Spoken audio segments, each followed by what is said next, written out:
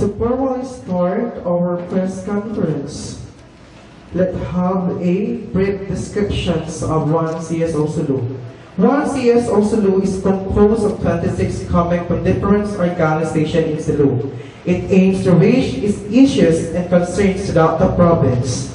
And as of now, we have here 5 victims of MARYJOY 3 tragic incidents happened on April 2, 2023. At this moment of time, let me call Ms. Hadja Farida Ismail Hajilani to read our manifesto. A'udzubillahi minasyaitanirrajim. Bismillahirrahmanirrahim. Muna-muna, ito pala pagsarang sukul pa Allah Ta'ala, nagmakbuli na daw ini. Damikyan, magsukul kanyo, katanya, rikitan niyo, nagtuyo, nagluto, nagtawang. Damikyan, itong pala pagsarang sukul ng mga media, kamam Nas, iba ni Ma'am Taj, iban kan, yaon, favorite ko yan. Sir Nickee, isan na haulo, basta po ma-inform, magtuyarira. Damikian magsupol ang mga survivors.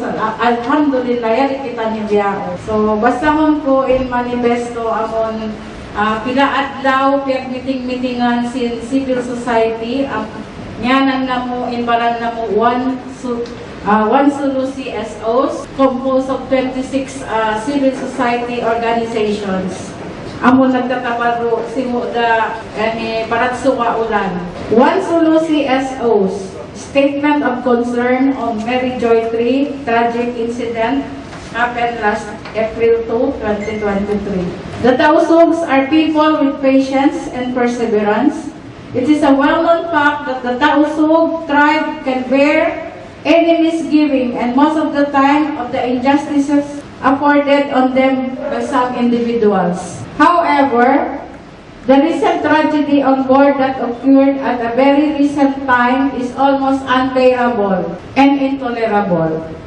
The terrible incident that took place, the burning of MARYJOY 3, while sailing from Zamboanga City to Jolo, must be given due attention by not only the survivors, victims, and their families, but by every concerned individuals, especially the Tausug people and their leaders. The mishap that damaged not only properties and wasted human lives, as well needs a thorough investigation by concerned authorities. The terrible burning could have been prevented had the shipping lines, specifically the Amazon shipping lines, have complied with all the necessary measures and maritime requirements and compliance before sailing.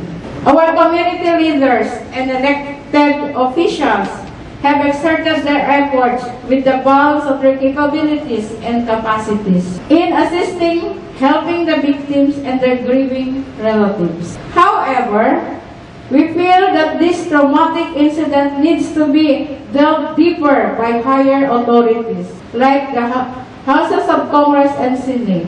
Fair investigation on the shipping vessels concerned and the survivors must be put into place to that existing maritime laws shall be more enhanced, and thus safety of the future sailing passengers shall be ensured.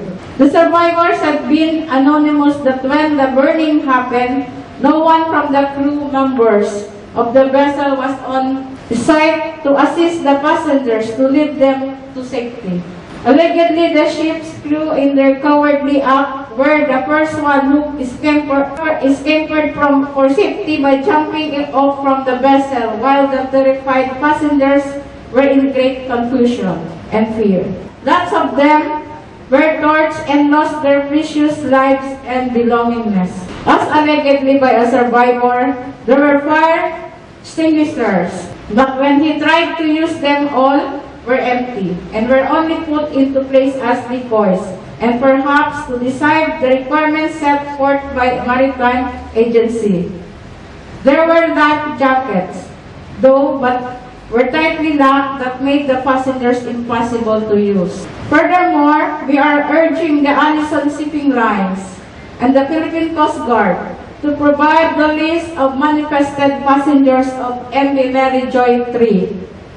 We suggest that the list of to be posted on social media as a gesture, sincerity, and transparency by the mentioned shipping vessel.